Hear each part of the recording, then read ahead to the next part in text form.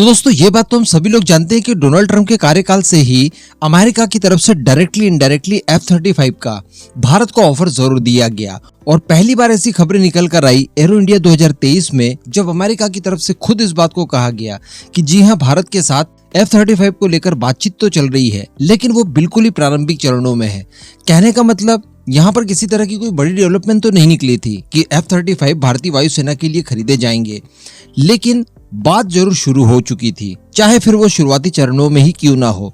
और अमेरिका की तरफ से F-35 को पहली बार एरो इंडिया में भेजना, स्टैटिक डिस्प्ले करना, उसकी फ्लाइंग डिस्प्ले करना, ये सारी चीजें कहीं ना कहीं इंडिकेशन तो दे ही रही थी कि अमेरिका बहुत ज्यादा बड़े पैमाने पर भारत को F-35 पिच भी कर रहा है। और अब कुछ इसी तरह की खबरें निकल कर आई है। भारत की संसद की तरफ से ही ऑफिशियली ये कहा गया है कि बिना किसी देरी के भारतीय वायुसेना के लिए 5th जनरेशन के एडवांस एयरक्राफ्ट जो कि टेक ऑफ रेडी हो, तुरंत खरीदे जाए बिना किसी देरी के। जी हाँ, खबर इस समय की सबसे बड़ी यही है। आप इस वीडियो को एकदम इत्मीनान से देखिए। मैं आपको सारी कड़ियां जोड़कर बताने वाला हूं कि भारत के लिए आप राफेल को शायद साइडलाइन करते हुए F-35 डायरेक्टली खरीदे जा रहे हैं, ताकि भारतीय वायुसेना का एडवांसमेंट बहुत बड़े लेवल पर किया जा सके। अगर आपको वीडियो पसंद आए तो चैनल को सब्सक्राइब जरूर कर दीजिएगा।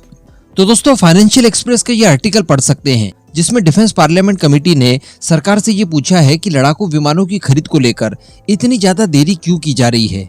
जल्द से जल्द भारतीय वायुसेना को आरामदायक स्थिति में लाने के लिए 114 की संख्या में MRFA प्रोग्राम के तहत 5वीं पीढ़ी के एडवांस एयरक्राफ्ट खरीदे जाएं, जिसको लेकर हम लोग जानते हैं कि इस परियोजना के लिए $20 बिलियन पहले ही स्वीकृत किए जा चुके हैं। वीडियो को आगे बढ़ाने से पहले आप इस रिपोर्ट का पूरा मतलब समझ लीजिए हिंदी में कि आखिरकार ये है क्या। तो देखिए, MRFA प्रोग्राम भारतीय वायुसेना के लिए करना है, लेकिन इसमें बहुत ही ज्यादा विलंब हो रहा है। इस वजह से संसदीय स्थायी समिति ने भारतीय सरकार के ऊपर दबाव डालते हुए उनसे क्वेश्चन किया है कि भारतीय वायुसेना के लिए ये सारे एयरक्राफ्ट अभी तक खरीदे क्यों नहीं गए हैं। और इस तरह से वायुसेना के लिए एयरक्राफ्ट न खरीदना ये वायुसेना की आवश्यकताओं को ध्यान न देने के बराबर होगा। और डिफेंस कमेटी ने इसको लेकर नाराजगी व्यक्त की है। और केवल वायुसेना के लिए 114 की संख्या में विमान खरीदने तक ही ये कमेटी सीमित नहीं रही, बल्कि इनकी तरफ से सरकार को ये भी कहा गया कि जो हमारी नौसेना के लिए तीसरा एयरक्राफ्ट कैरियर हम लोगों को तैयार करना है, उसको लेकर भी सारी चीजें सुनिश्चित कीजिए। यानी जल्द से जल्द भारतीय नौसेना को भी अपना तीसरा एयरक्राफ्ट कैरियर मिल पाए, इसके लिए भी काम शुरू कीजिए। और अंतिम फैसला जो भी लेना है जल्द से जल्द लीजिए। और कमेटी की तरफ से कहा गया है कि आप बिना किसी अनुशंसा के डायरेक्टली किसी भी तरह का कोई निर्णय ले सकते हैं, लेकिन प्रोक्योरमेंट जितना हो सके उतना जल्दी कीजिए। कहने का मतलब सभी तरह की छूट भारतीय सरकार और डिफेंस मिनिस्ट्री को दी जा रही है। केवल मकसद ये है कि जितना जल्दी हो सके एडवांस हथियारों का प्रोक्योरमेंट हमारी सेनाओं के लिए जल्द से जल्द किया जाए। अब यहाँ पर हम लोग ये जान ले कि इसका मतलब F-35 ही कैसे हुआ कि F-35 भी खरीदना है अगर 5th जनरेशन का एयरक्राफ्ट खरीदना है तो। और इसके अलावा हम लोग ये देखें कि जब हम लोग खुद हमारा MCA बना रहे हैं, उसके बाद बाहर से कोई विदेशी 5th जनरेशन का एयरक्राफ्ट हम भला खरीदना क्यों चाहते हैं। तो दोस्तों, यहाँ पर हम लोग स्थितियां देखें कि अगर भारत की वायुसेना के लिए अर्जेंट में 5th जनरेशन के एयरक्राफ्ट खरीदने हो, जिनका कि ऑर्डर देने के तत्काल बाद इनकी डिलीवरी शुरू हो सके, तो ऐसा केवल F-35 के साथ ही संभव है। दुनिया में और कोई ऐसा 5th जनरेशन का एयरक्राफ्ट नहीं मौजूद है जिसे भारतीय वायुसेना ऑर्डर करे और जल्द से जल्द ये ऑर्डर पूरा भी हो पाए। यानी इसकी डिलीवरी ज्यादा फास्ट ट्रैक करने के लिए केवल अमेरिका ही उपलब्ध है। वैसे भारत के पास इस समय केवल 2 ही ऑप्शन है, या तो रशिया का सुखोई 57 खरीदा जाए या फिर अमेरिका का F-35। अब सुखोई 57 खरीदना यानी बहुत ज्यादा पेचीदगियां हो गई। एक तो पहले हम लोगों ने ही उस प्रोजेक्ट को छोड़ा FGFA के दौरान, और दूसरी बात कि रशिया के ऊपर लगे हुए हैं ढेर सारे सैंक्शंस, तो ये काफी ज्यादा मुश्किल राह हो सकती है। लेकिन अगर F-35 की बात की जाए तो काफी जल्द हम लोग नेगोशिएशन करके अमेरिका से इसकी डील कर सकते हैं। और अमेरिका इतना कैपेबल है कि वो फास्ट ट्रैक में इसकी डिलीवरी हमें कर सके। और इसको लेकर चूंकि अमेरिका और भारत के बीच में प्रारंभिक स्टेज में ही सही, लेकिन बातचीत भी शुरू हो चुकी है। अमेरिका की तरफ से इंटरेस्ट दिखा दिया गया है कि वो भारत को ये देने के लिए तैयार है, क्योंकि उन्होंने एरो इंडिया 2023 में से भेजा भी था। तो यहाँ पर बहुत ज्यादा चीजें सामान्य हो सकती है। लेकिन फिर नया सवाल ये उठता है कि चूंकि हम भी हमारे एयरक्राफ्ट बना रहे हैं, उसके बाद इन्हें खरीदना क्यों ज्यादा जरूरी है।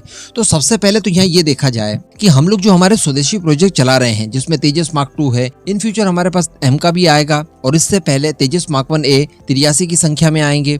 तो अगर ये सारे के सारे एयरक्राफ्ट भी हमें सही समय पर डिलीवर्ड हो जाते हैं, इसके बावजूद भी हम लोग हमारी घटती हुई जो वायुसेना की स्क्वाड्रन स्ट्रेंथ है उसे मेंटेन नहीं कर सकते। और पहले भी हम लोग पास में कई बार डिस्कशन कर चुके हैं कि MRFA प्रोग्राम भारतीय वायुसेना के लिए बहुत ज़्यादा ज़रूरी हो जाता है। इसके बिना हम लोग हमारे पुराने फाइटर जेट्स को इतनी आसानी से रिटायर नहीं कर सकते, जो कि रिटायर करना बहुत ही ज्यादा जरूरी हो जाता है। इसके अलावा डिफेंस कमेटी की तरफ से ये भी चिंता जाहिर की गई है कि काफी लंबा समय हो चुका है तेजस परियोजना को लेकर, लेकिन अभी तक HAL केवल 40 की संख्या में ही एयरक्राफ्ट हमें डिलीवर्ड कर पाया है। तो कहने का मतलब यहाँ पर कमेटी की तरफ से भी ये बिल्कुल संदेह नहीं जताया गया है कि हमारे वैज्ञानिकों में कैपेबिलिटी की कमी है, वो किसी तरह का एयरक्राफ्ट डेवलप नहीं कर सकते या कोई टेक्नोलॉजी परिपक्वता तक नहीं ले जा सकते, सारी कुछ चीजें कर सकते हैं। लेकिन अल्टीमेटली जहाँ पर हमारी प्रोडक्शन कैपेबिलिटी की बात आती है तो वहाँ पर हम लोग लैग करते थे, हैं, और शायद इन फ्यूचर भी ऐसी ही परिस्थितियां रही तो लैग करते रहेंगे। तो यहाँ पर कमेटी का शायद यही सोचना होगा कि अगर हम लोगों ने फाइटर जेट डेवलप तो कर लिए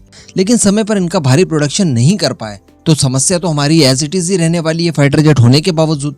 इस वजह से MRFA को तत्काल कंप्लीट कर लिया जाए और इसके तहत एडवांस फाइटर जेट ही खरीदे जाएं, न कि पिछली पीढ़ियों के। और वैसे भी हम लोग जानते हैं कि एमका परियोजना के लिए फिलहाल हम लोग प्रोडक्शन को लेकर उतना ज्यादा काम अभी तक नहीं कर पाए हैं। डेवलपमेंट उसका रेगुलर चल रहा है, फास्ट ट्रैक में ही चल रहा है, लेकिन अगर वो कल को डेवलप हो जाता है पूरी तरह से और प्रोडक्शन की बारी आती है तो अभी तक हमारी तैयारियां इसको लेकर पूरी नहीं हो पाई है और भारतीय वायुसेना के अंदर इस समय स्टेल्थ एयरक्राफ्ट की खासी कमी महसूस की जा रही है। तो संभवतः F-35 को लेकर इन फ्यूचर कुछ और बड़े बड़े डेवलपमेंट निकल कर आएंगे।